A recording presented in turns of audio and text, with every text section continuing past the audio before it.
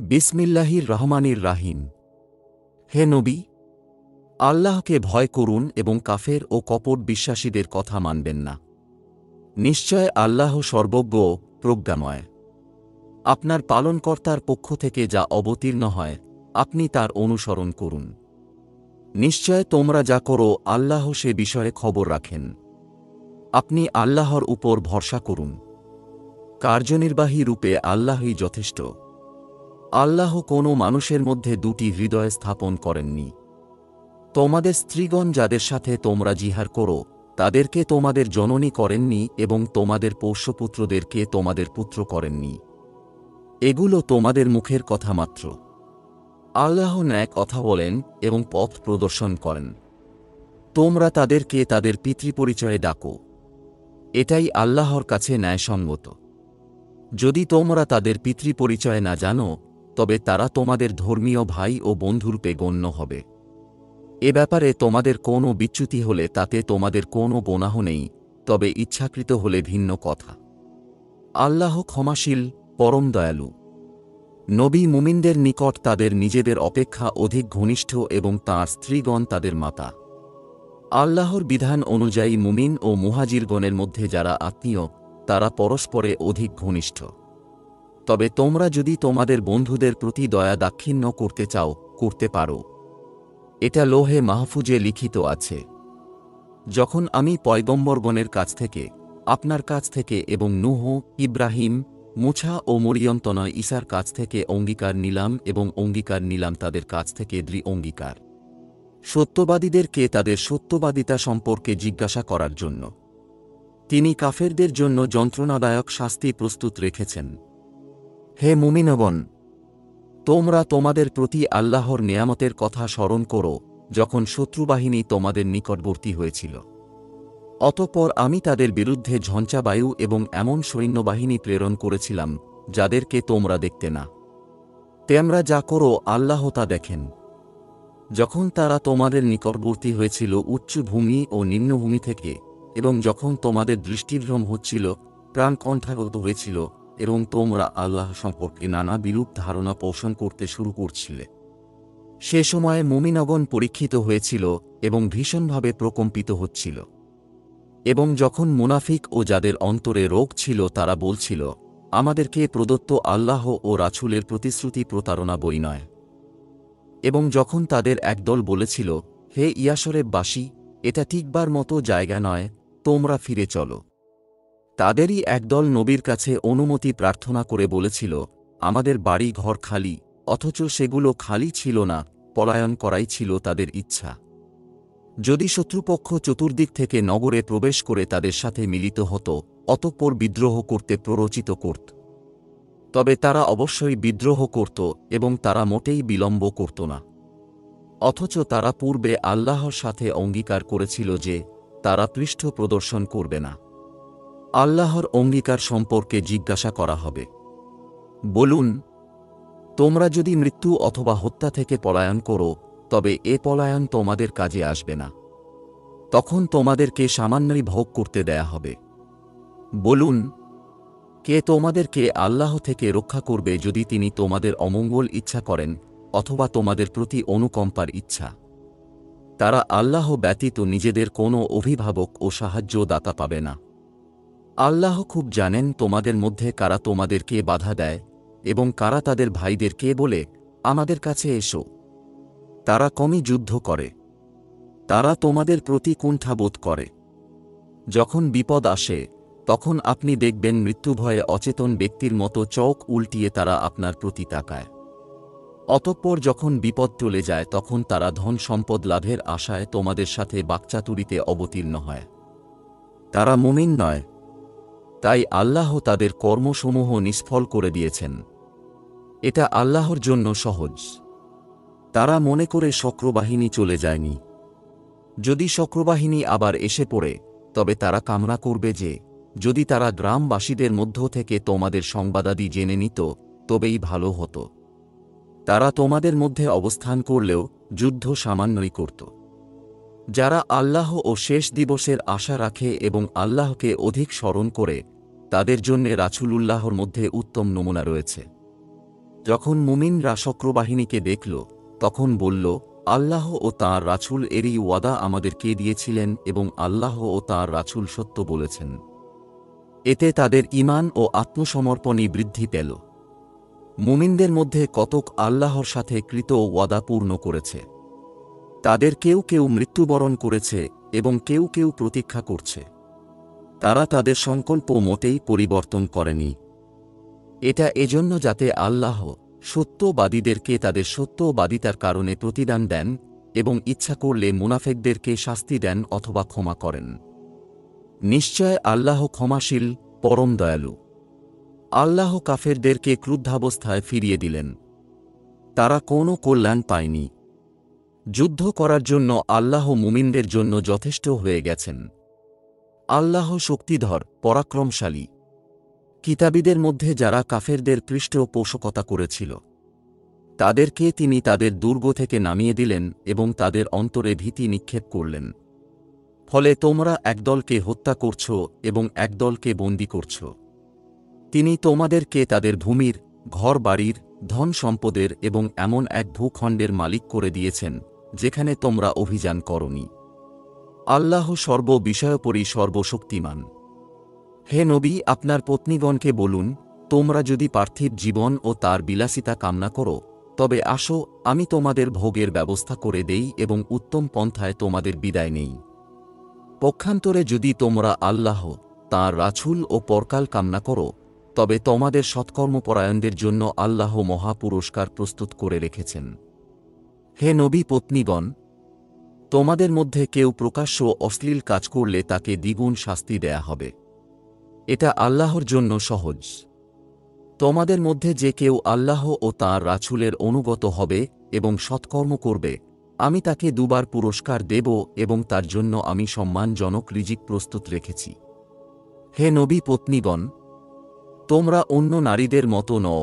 যদি তোমরা আল্লাহকে ভয় করো, তবে পরপুরুষের সাথে কোমল ও আকর্ষণীয় ভঙ্গিতে কথা বলো না, ফলে সেই ব্যক্তি কুবাসনা করে, যার অন্তরে ব্যাধি রয়েছে, তোমরা সঙ্গত কথাবার্তা বলবে।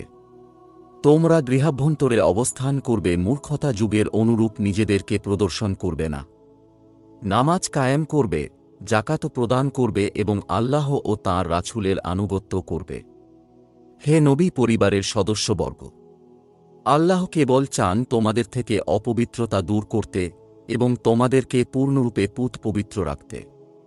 আল্লাহর আয়াত ও জ্ঞানগর্ভ কথা যা তোমাদের গৃহে পঠিত হয়, তোমরা সেগুলো স্মরণ করবে। নিশ্চয় আল্লাহ সূক্ষ্মদর্শী, সর্ববিষয়ে খবর রাখেন।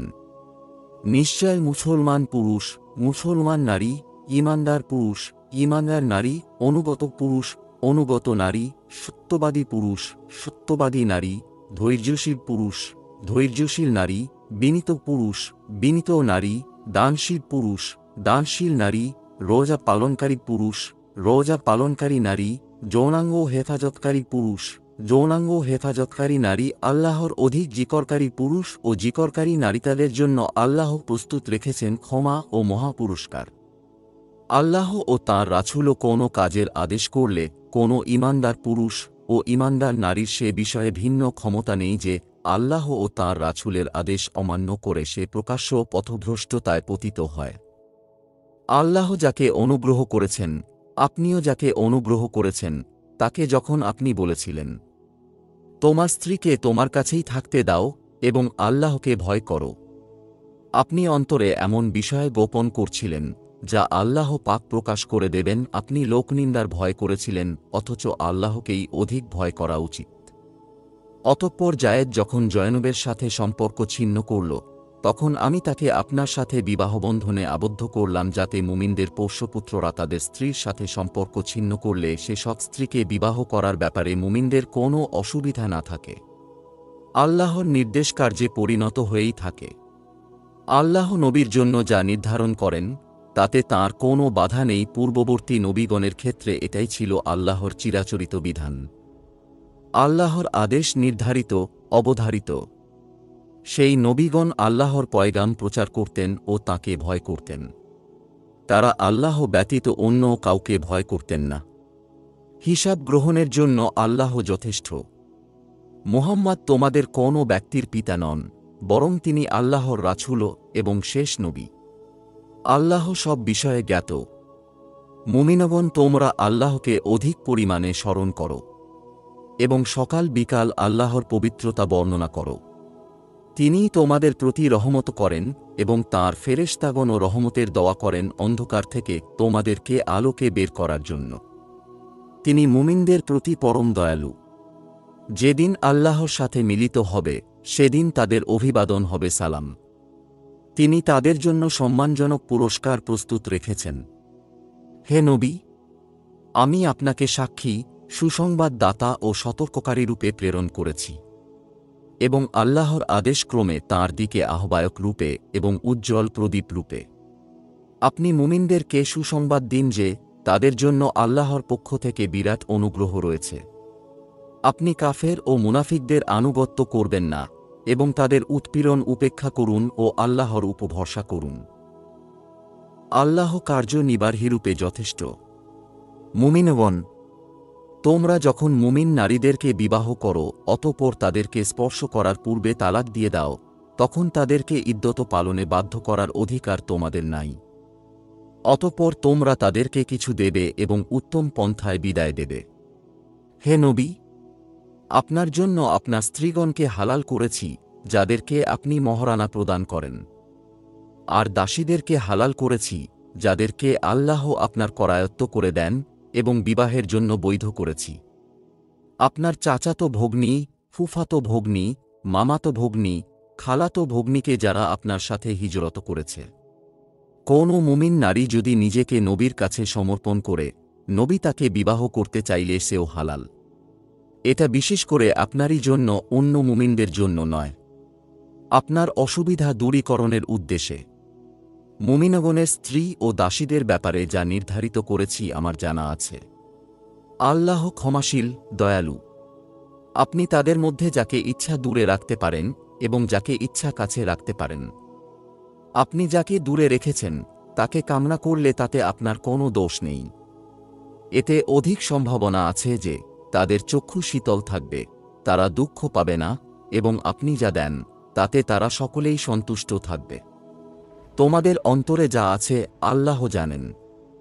আল্লাহ সর্বজ্ঞ, সহনশীল। এরপর আপনার জন্য কোনো নারী হালাল নয় এবং তাদের পরিবর্তে অন্য স্ত্রী গ্রহণ করাও হালাল নয়, যদিও তাদের রূপলাবণ্য আপনাকে মুগ্ধ করে, তবে দাসীর ব্যাপার ভিন্ন। আল্লাহ সর্ববিষয়ের উপর সজাগ নজর রাখেন। হে মুমিনগণ, তোমাদেরকে অনুমতি দেয়া না হলে তোমরা খাওয়ার জন্য আহার্য রন্ধনের অপেক্ষা না করে নবীর গৃহে প্রবেশ করো না। তবে তোমরা আহুত হলে প্রবেশ করো, তবে অতঃপর খাওয়া শেষে আপনি চলে যেও, কথাবার্তায় মশগুল হয়ে যেও না। নিশ্চয় এটা নবীর জন্য কষ্টদায়ক। তিনি তোমাদের কাছে সংকোচ বোধ করেন, কিন্তু আল্লাহ সত্য কথা বলতে সংকোচ করেন না। তোমরা তাঁর পত্নীগণের কাছে কিছু চাইলে পর্দার আড়াল থেকে চাইবে। এটা তোমাদের অন্তরের জন্য এবং তাদের অন্তরের জন্য অধিকতর পবিত্রতার কারণ। আল্লাহর রাসূলকে কষ্ট দেয়া এবং তাঁর ওফাতের পর তাঁর পত্নীগণকে বিবাহ করা তোমাদের জন্য বৈধ নয়। আল্লাহর কাছে এটা গুরুতর অপরাধ। তোমরা খোলাখুলি কিছু বলো অথবা গোপন রাখো, আল্লাহ সর্ববিষয়ে সর্বজ্ঞ। নবী, পত্নীগণের জন্য তাঁদের পিতাপুত্র, ভ্রাতা, ভ্রাতুষ্পুত্র, ভগ্নীপুত্র, সহধর্মিণী নারী এবং অধিকারভুক্ত দাসদাসীগণের সামনে যাওয়ার ব্যাপারে গুনাহ নেই। নবী পত্নীগণ, তোমরা আল্লাহকে ভয় করো। নিশ্চয় আল্লাহ সর্ববিষয়ে প্রত্যক্ষ করেন। আল্লাহ ও তাঁর ফেরেশতাগণ নবীর প্রতি রহমত প্রেরণ করেন। হে মুমিনগণ, তোমরা নবীর জন্য রহমতের তোরে দোয়া করো এবং তাঁর প্রতি সালাম প্রেরণ করো। যারা আল্লাহ ও তাঁর রাসূলকে কষ্ট দেয়, আল্লাহ তাদের প্রতি ইহকালে ও পরকালে অভিসম্পাত করেন এবং তাদের জন্য প্রস্তুত রেখেছেন অবমাননাকর শাস্তি। যারা বিনা অপরাধে মুমিন পুরুষ ও মুমিন নারীদেরকে কষ্ট দেয়, তারা মিথ্যা অপবাদ ও প্রকাশ্য পাপের বোঝা বহন করে।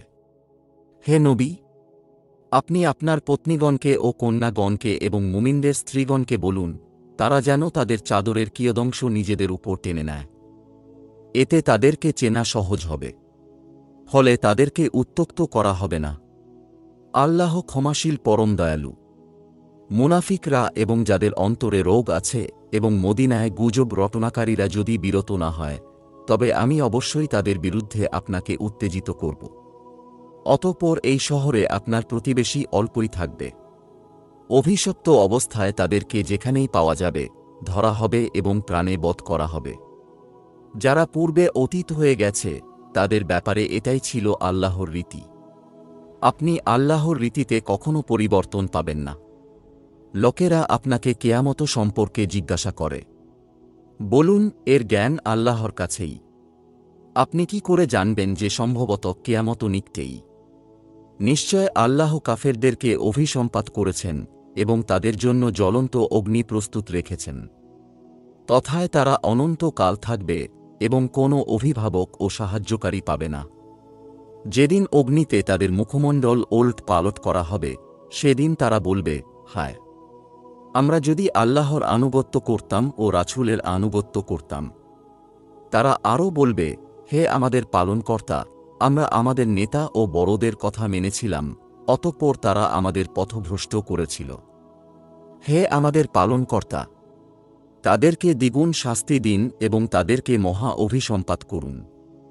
হে মুমিনগণ, মুছাকে যারা কষ্ট দিয়েছে তোমরা তাদের মতো হয়ো না। তারা যা বলেছিল আল্লাহ তা থেকে তাকে নির্দোষ প্রমাণ করেছিলেন। তিনি আল্লাহর কাছে ছিলেন মর্যাদাবান। হে মুমিনগণ, আল্লাহকে ভয় করো এবং সঠিক কথা বলো। তিনি তোমাদের আমল আচরণ সংশোধন করবেন এবং তোমাদের পাপসমূহ ক্ষমা করবেন। যে কেউ আল্লাহ ও তাঁর রাসূলের আনুগত্য করে সে অবশ্যই মহা সাফল্য অর্জন করবে। আমি আকাশ, পৃথিবী ও পর্বতমালার সামনে এই আমানত পেশ করেছিলাম।